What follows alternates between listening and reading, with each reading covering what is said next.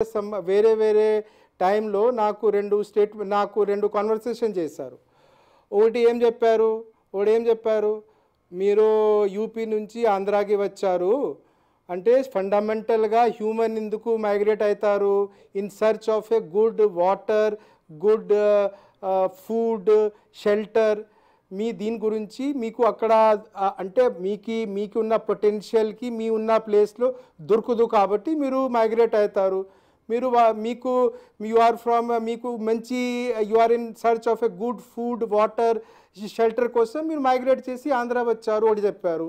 ఇంకొకటి ఆయన ఏం చెప్పారంటే, నేను ఒక డిస్కషన్ జరిగింది ఒక డిఎంహెచ్ఓ ఇష్యూ మీద. అంటే విదౌట్ అన్నోయింగ్లీ ఇన్నోసెంట్గా నేను అడిగామంటే, మీరు ఎందుకు ఎమోషనల్గా డిఎంహెచ్ఓ ఇష్యూ తీసుకున్నారంటే, డిఎంహెచ్ఓ మీ బంధువులని నేను అడిగితే అంటే ప్రవీణ్, ఐ కమ్ ఫ్రమ్ నువ్వు యూపీ నుంచి వచ్చావు, నీకు ఐడియా లేదు, I come from a very well off family.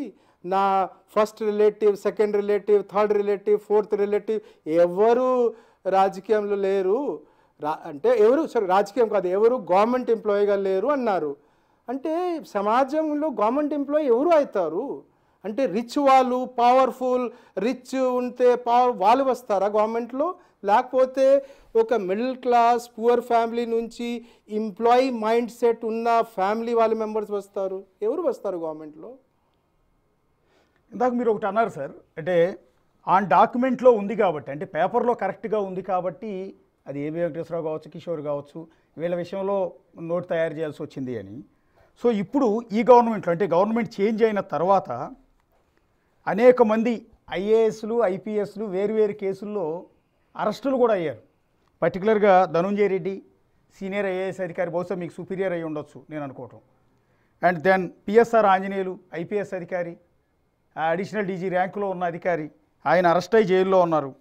తర్వాత ఇంకొక అడిషనల్ డీజీ ర్యాంకులో ఉన్న సంజయ్ అరెస్ట్ అయ్యి జైల్లో ఉన్నారు. ఇంకా చెప్పుకుంటూ పోతే ఇంకా చాలామందికి పోస్టింగులు కూడా లేవు ఈ రోజు వరకు. వాళ్ళందరూ సీనియర్ పోలీస్ ఆఫీసర్లే. వాళ్ళు పర్టికులర్గా కొన్ని పేర్లు, విశాల్ గున్ని, క్రాంతి రాణా టాటా విజయవాడ పోలీస్ కమిషనర్గా పనిచేసిన వ్యక్తి, పివి సునీల్ కుమార్, ఆయన కూడా అడిషనల్ డీజీ సిఐడి చీఫ్గా పనిచేశారు ఆ గవర్నమెంట్లో. సో ఇలాంటి వ్యక్తులకి ఇంతవరకు పోస్టింగ్ లేదు, వీళ్ళ మీద కేసులు ఉన్నాయి. సో ఎందుకు ఇలా అయిపోతుంది? ఇంతమందికి పోస్టింగ్లు లేకపోవటం, ఇంతమంది ఐఏఎస్లు ఐపీఎస్లు అరెస్టులు అవటం. సో ఇప్పుడు ఈ గవర్నమెంట్లో ఉన్నవాళ్ళు చెప్తున్నది ఏంటంటే, మీరు చెప్పిన పాయింటే చెబుతున్నారు, ఆన్ పేపర్ వాళ్ళు చేసిన తప్పులు క్లియర్గా ఉన్నాయి కాబట్టి యాక్షన్ తీసుకుంటున్నాం, అందుకని పోస్టింగ్ ఇవ్వట్లేదని చెప్తున్నారు. యాక్సెప్ట్ చేస్తారా దాన్ని? ఇప్పుడు ఈ ప్రపంచంలో టోటల్గా చూస్తే దాదాపుగా మీకు 3000 డిస్ట్రిక్ట్ గవర్నమెంట్స్ ఉన్నాయి, 700 స్టేట్ గవర్నమెంట్స్ ఉన్నాయి, 207 అంటే 3000 స్టేట్ గవర్నమెంట్స్ ఉన్నాయి, 200 ఫెడరల్ గవర్నమెంట్స్ ఉన్నాయి. I'm not here to judge anybody. నేను నా జర్నీ గురించే చెప్తున్నాము. I'm first let me purify my self. నేనే మంచిగా, నేనే చాలాసార్లు లాస్ట్ టైం కూడా ఎవరికి చెప్పాము, I follow, there is one Instagram influencer ఉన్నారు హైదరాబాద్ నుంచి, శ్వేతకి నేను ఫాలో అవుతాం. నేను లాస్ట్ 2 years నుంచి ఆమెకి ఫాలో అవుతాం. She said once in one of her Shweta, she said, ఇప్పుడు ఈ కలియుగం ఉంది, మనం అందరిలో రామ్ ఉన్నారు, మనం అందరిలో రావణ్ ఉన్నారు, లెట్ మీ హ్యాండిల్ మా రావణ్ ఫస్ట్. నేను వేరే వాళ్ళకి గురించి I think it is not appropriate on my side to comment anything for anybody. Sir ఇప్పటికీ మీరు సర్వీస్లో ఉండుంటే చాలా మంచి పొజిషన్లో స్టిల్ కొనసాగుండేవారు. మీ సర్వీస్ కూడా 2031 వరకు ఉంది. సో ఇంత సర్వీస్ ఉంచుకుని కూడా ఈరోజు సెక్రటేరియట్లో కూర్చుని ఫైల్స్ మీద సంతకం పెట్టాల్సిన, డెసిషన్స్ తీసుకోవాల్సిన మీరు ఇవాళ మా టీవీలో కూర్చుని లైవ్ ఇవ్వాల్సిన పరిస్థితి వచ్చింది, క్షమాపణ చెప్తూ అది కూడా. సో నెక్స్ట్ జనరేషన్లో ఇలా ఐఏఎస్ ఐపీఎస్ కావాలనుకునే వాళ్ళందరికీ ఏం మెసేజ్ ఇస్తారు మీరు? రమ్మంటారా వద్దంటారా?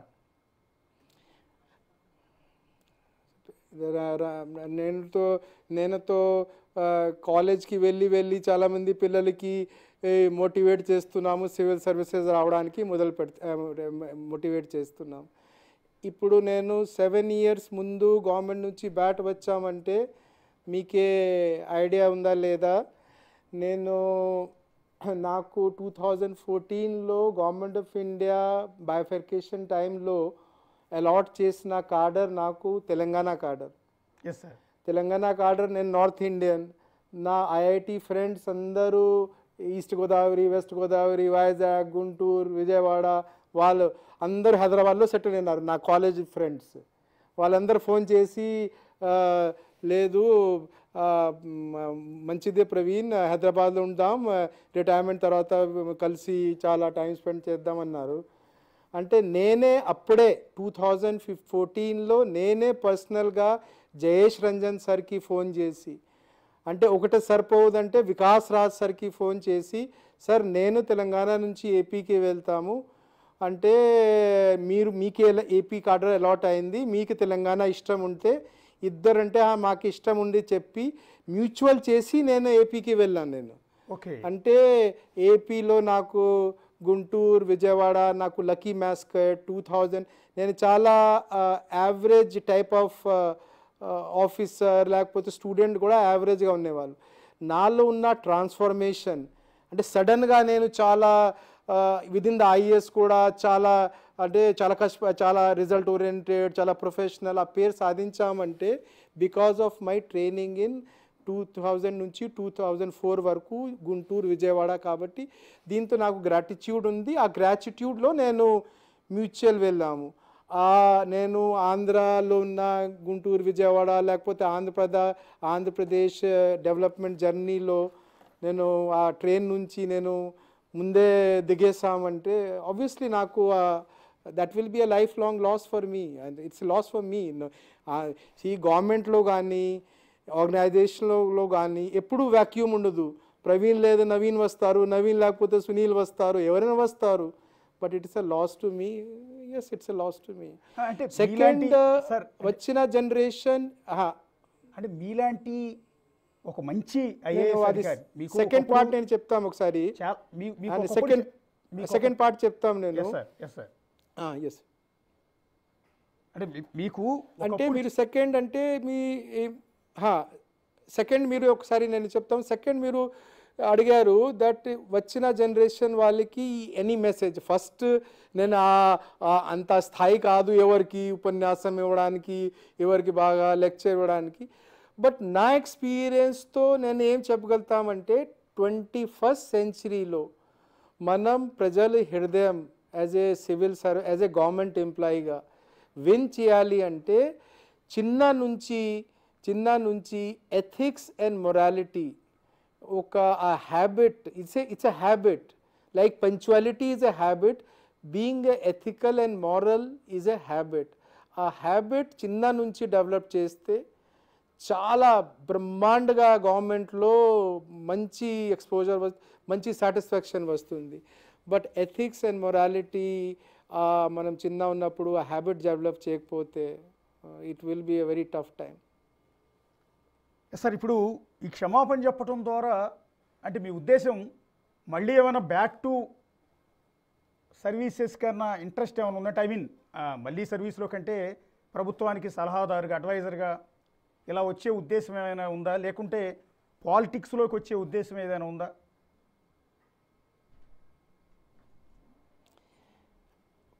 ఇప్పుడు government, I keep telling all my junior friends and young జనరేషన్కి, government is like a fast moving train. ఎక్కడం చాలా డిఫికల్ట్, దిగడం కూడా చాలా డిఫికల్ట్. దిగిన తర్వాత మళ్ళీ ఎక్కడం అంటే ఇంపాసిబుల్. ఇప్పుడు దిగేసారంటే ఆ ట్రైన్ ముందు 500-600 కిలోమీటర్ ముందు వెళ్ళిపోయింది. I cannot get back now.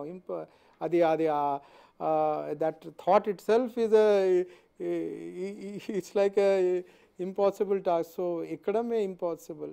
Second అంటే సార్, చాలామంది రిటైర్డ్ అయిన ఐఏఎస్ ఐపీఎస్ అధికారులు ఆ తర్వాత గవర్నమెంట్లో సలహాదారులుగా పోస్టులోకి వస్తున్నారు, రాజ్యసభకు వెళ్తూ ఉన్నారు, ఇంకొంతమంది కొత్తగా పొలిటికల్ పార్టీస్ పెడుతూ ఉన్నారు, ఇంకొంతమంది ఎమ్మెల్యేలు ఎంపీలుగా పోటీ చేస్తున్నారు, కొంతమంది గెలుస్తున్నారు, కొంతమంది ఓడిపోతున్నారు. సో మీరెందుకు బ్యాక్ రాకూడదు? మీ వయసు ఏమి అయిపోలేదు కదా, మీరేమి వృద్ధాప్యం వచ్చేయలేదు. స్టిల్ యు ఆర్ యాక్టివ్ కదా. అంటే ఫస్ట్ ఏమిటంటే గవర్నమెంట్లో మనమందరం మాట్లాడుతూ ఉంటాము. అంటే గవర్నమెంట్లో ఉన్న కాన్స్టిట్యూషన్ వ్యవస్థలు ఏమున్నాయి అంటే సివిల్ సర్వీస్ ఉంది, దెన్ ఎమ్మెల్యే ఉన్నారు, ఎంపీలు ఉన్నారు, ఇది ఎమ్మెల్యే ఉన్నారు, ఎంపీలు ఉన్నారు, తర్వాత క్యాబినెట్ ఉంది. They are the ఫండమెంట్. అదే కాన్స్టిట్యూషన్ ప్రకారం ఒక డెలివరీ బ్లాక్స్. అంటే సలహాదారు అంటే ఎట్లా ఉంటారంటే మళ్ళీ మీరు సలహా ఇస్తారు, తీసుకునే వాళ్ళు సలహా వాళ్ళకి ఇష్టం ఉందా లేదా అంటే ఎందుకు లైఫ్ కమ్స్ వన్స్ ఓన్లీనా, మనం ఎందుకు as if nation building can be done only by being in.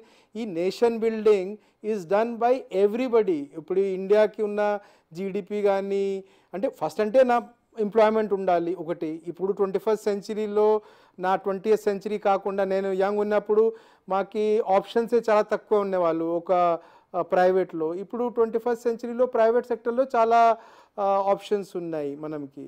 రెండోది అంటే నేషన్ బిల్డింగ్ ఓన్లీ గవర్నమెంట్లో ఉన్న వాళ్ళు ఈ 1% చేస్తున్నారు. గవర్నమెంట్లో ఎంతమంది ఉన్నారు, మా 1% మంది ఉండే. ఇది nation is build by everybody's contribution. ఎవరు తక్కువ కాదు, ఎవరు ఎక్కువ కాదు. బాడీలో ఉన్న అందరు వాళ్ళు ఫంక్షన్ చేసుకుంటారు. Eyes function eyes, nose function nose, mouth function nose, hand function.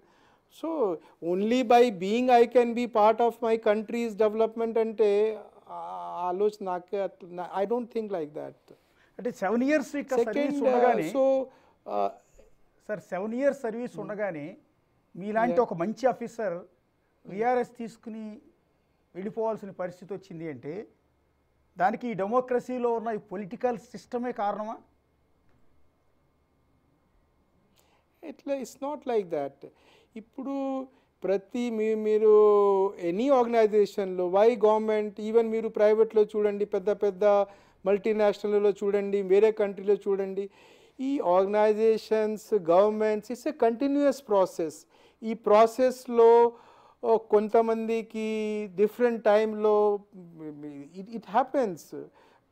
It's like an accident. Okay సర్లే, నోబడీ షుడ్ బి, మనం కూడా కోరుతామంటే మనం ఫ్యామిలీ వాళ్ళు ఎవరు యాక్సిడెంట్లో ఉండకూడదు, బట్ యాక్సిడెంట్ జరుగుతూ ఉంటాయి. I mean that's the way it's a churning, that's the way organization involves, that's the way government involves, that's the way democracy. Okay నాకు జరిగినప్పుడు అంటే లైక్ ఏబి వెంకటేశ్వరరావు సార్కి జరిగింది, కృష్ణ కిషోర్ సార్కి జరిగింది, నాకు ఫ్యామిలీ జరిగినప్పుడు మా ఫ్యామిలీ వాళ్ళకి పేరెంట్స్కి ఆబ్వియస్లీ మా ఫ్యామిలీ మెంబర్స్ చాలా దేవర్ I use to see their face. But నేను అది చెప్పాము అంటే ఐఎమ్ ఏ హ్యూమన్. ఇప్పుడు వరకు నాకే ఎప్పుడు ఏ ప్రాబ్లం రాలేదు కదా. ఐ మీన్ లైఫ్లో అది కూడా నేర్చుకోవాలి. యాజ్ ఏ ఫ్యామిలీలో అన్నీ మనకి బాగా జరుగుతాయి. So it was a learning phase and I think I have come out as a better human being. I'm more humility ఎక్కువ ఉంది, సెన్సిటివిటీ టువర్డ్స్ పీపుల్ ఇంకా పెరిగింది. I think I'm a better person now. సరే, మీరు ఇప్పుడు retired అయి ఉన్నారు కాబట్టి ఆ ఫ్రీడమ్తో మిమ్మల్ని అడుగుతూ ఉన్నాను. బేసిక్గా సర్వీస్లో ఉంటే మిమ్మల్ని అడగకూడదు. మీరు రాజశేఖర్ రెడ్డి గారి గవర్నమెంట్ని చూశారు, కిరణ్ కుమార్ రెడ్డి గారి గవర్నమెంట్ చూశారు, చంద్రబాబు నాయుడు గారి అడ్మినిస్ట్రేషన్ చూశారు, జగన్ గారి అడ్మినిస్ట్రేషన్ చూశారు. మీకు ఏ అడ్మినిస్ట్రేషన్ బెస్ట్ అనిపించింది సార్, మీ పర్సనల్ ఒపీనియన్? అంటే మార్నింగ్ కూడా ఎవరు ఫోన్ చేసి అడిగారు నాకు ఈ క్వశ్చన్. అంటే మీరు జనరేషన్ వైజ్ చూడండి, మనుషుల వైజ్ చూడకూడదు. ఆల్ ఆర్ ఇప్పుడు నా జనరేషన్ అంటే ఇప్పుడు నేను జనరేషన్ ఎక్స్ అంటారు. నా ముందు ఉన్న జనరేషన్కి 70-65 బాన్ ఉన్న జనరేషన్కి వాళ్ళకి జనరేషన్ B2 అంటారు, తర్వాత generation Y, Z, alpha, beta. రాను రాను since more India will become a richer country, better value system will be there, better governance will come. 80s లో ఉన్న governance was better than 70s, 90 లో ఉన్న governance was better than 80, 2020 లో ఉన్న governance is better than 2000, because people are more అంటే ఒక సమాజంలో prosperity పెరిగితే ఈ అన్ని కాన్సెప్ట్స్ ఆఫ్ ఎథిక్స్ మొరాలిటీ కూడా పెరుగుతుంది. అంటే so going forward even it will be better. అంటే మీరు జగన్ గారి